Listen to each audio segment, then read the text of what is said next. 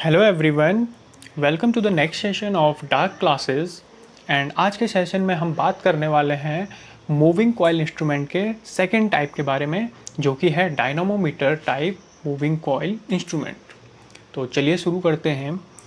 तो जो सबसे ख़ास बात इस डायनामोमीटर टाइप इंस्ट्रूमेंट की होती है कि इसको हम एसी और डीसी दोनों टाइप में यूज़ कर सकते हैं। दोनों में यूज़ हो जाता है, एसी करंट और डीसी करंट दोनों के लिए ये यूज़ हो जाता है।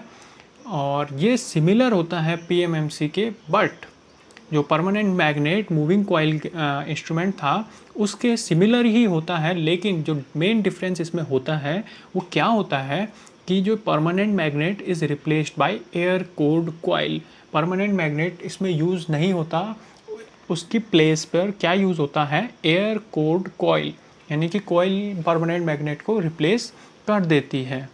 अच्छा, कॉइल कोर कॉइल यूज़ करने से क्या हो जाता है, hysteresis loss, eddy current loss and other errors, जो इनकी वजह से जो एरर्स आती हैं वो रिड्यूस हो जाती हैं जब हम इस इंस्ट्रूमेंट को यूज़ करते हैं एसी पर। So this is a very important property कि इस कॉइल की वजह से जो होता है, ये जो सारी लॉसेस हैं और एरर्स जो इन लॉसेस की वजह से आती हैं इंस्ट्रूमेंट में, वो नेगलेक्ट हो जाती हैं, रिड्यूस हो जाती हैं। अगर आगे हम बात करें कि इस इंस्ट्रूमेंट के कंस्ट्रक्शन फीचर्स के बारे में, तो इस इंस्ट्रूमेंट में दो तरह की कॉइल्स होती हैं। एक होती है फिक्स्ड कॉइल और एक होती है मूविंग कॉइल। फिक्स्ड कॉइल की अगर हम बात करें तो फिक्स्ड कॉइल डिवाइड होती है दो हाफ्स में, जो कि एक दूसरे के पैरेलल होती हैं। क्या होती है, कौन सी कॉइल डिवाइड होती है, याद रहे, इंपॉर्टेंट है, पूछा जाता है। फिक्स्ड कॉइल जो होती है हमारी, इसको पोटेंशियल कॉइल भी कहते हैं, लेकिन बाद में जब हम पढ़ेंगे वॉट मीटर, अभी हमें इसको सिर्फ फिक्स्ड कॉइल पढ़ना है। फिक्स्ड कॉइल डिवाइड होती है दो हाफ्स में और पैरेलल टू ईच अदर होती है। And coil moving coil moves between these two coils and in series with these coils. अच्छा, और एक दूसरी होती है मूविंग कॉइल। अब मूविंग कॉइल क्या करती है, इन दोनों कॉइल के बीच में मूव करती है, इन दोनों कॉइल के बीच में मूव करती है और इन कॉइल्स के साथ सीरीज में कनेक्ट होती है। क्या बोला मैंने, मूविंग कॉइल इन दोनों कॉइल के बीच में मूव करती है और इन दोनों जो फिक्स्ड कॉइल है उसके साथ सीरीज में अटैच होती है। कैसे अटैच होती है, सीरीज में अटैच होती है। ये बहुत ही वर्सेटाइल इंस्ट्रूमेंट है, डायनामोमीटर टाइप इंस्ट्रूमेंट। इससे हम मेज़र कर सकते हैं पावर को, जो कि हम आगे पढ़ेंगे, और रिएक्टिव पावर को भी, यानी कि हम इससे रिएक्टिव पावर और पावर भी मेज़र कर सकते हैं। अब जो सबसे बड़ा एडवांटेज डायनामोमीटर टाइप इंस्ट्रूमेंट का है कि these instruments calibration is same for both AC and DC quantities, यानी कि आप एसी क्वांटिटी के लिए भी सेम इंस्ट्रूमेंट यूज़ कर सकते हैं, वेयर एज डीसी क्वांटिटी के लिए भी आप उसी इंस्ट्रूमेंट को यूज़ कर सकते हैं, जो कि इसके यूज़ को बहुत ज़्यादा बढ़ा देता है। यानी कि जो कि कहें कि इसका बहुत मोस्ट एडवांटेज है कि इसको अलग अलग कैलिब्रेट करने की ज़रूरत नहीं होती एसी और डीसी के लिए।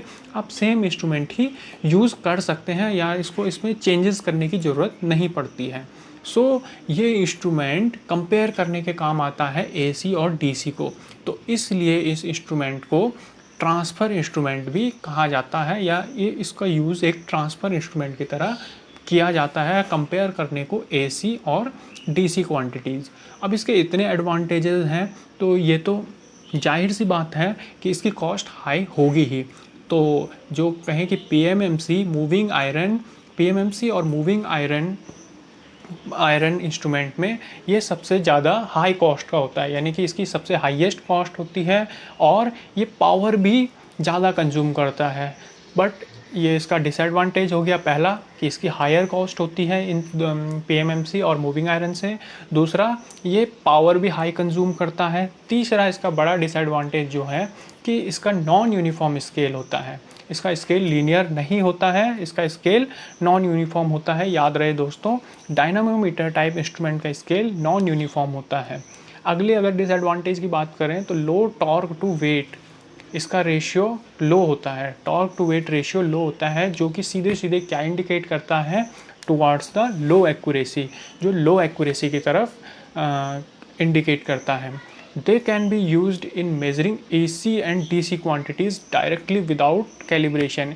इनको हम कह सकते हैं डायरेक्टली विदाउट कैलिब्रेशन के, जो मैं पहले बता चुका हूँ कि आप सीधे AC और DC क्वांटिटीज़ को एक साथ मेज़र कर सकते हैं, कोई आपको इसमें कैलिब्रेट या चेंजेस करने की ज़रूरत नहीं है इंस्ट्रूमेंट में। और ये इक्वेट भी कर सकता है, यानी कि दो को कंपेयर भी कर सकता है AC और DC क्वांटिटीज़ को, क्योंकि इसमें कैलिब्रेशन की ज़रूरत नहीं होती और इसको ट्रांसफ़र इंस्ट्रूमेंट इसीलिए कहा जाता है। तीसरा, इसकी सेंसिटिविटी वेरी लो होती है, बहुत कम सेंसिटिविटी होती है, इसलिए इसका जनरली डायनमोमीटर टाइप इंस्ट्रूमेंट्स को करंट और वोल्टेज के लिए बहुत कम यूज़ किया जाता है मेज़र करने के लिए। जो वाइडली डायनमोमीटर टाइप इंस्ट्रूमेंट का यूज़ होता है वो होता है हमारा पावर को मेज़र करने के लिए। ये सबसे यूज़फुल इंस्ट्रूमेंट्स होते हैं। तो इस सेशन में हमने बात की डायनामोमीटर टाइप इंस्ट्रूमेंट्स के बारे में। नेक्स्ट सेशन में हम बात करेंगे थर्मल इंस्ट्रूमेंट के बारे में। अगर आपको हमारा कंटेंट पसंद आ रहा है तो hit the subscribe button, like our video and share with others. Thank you.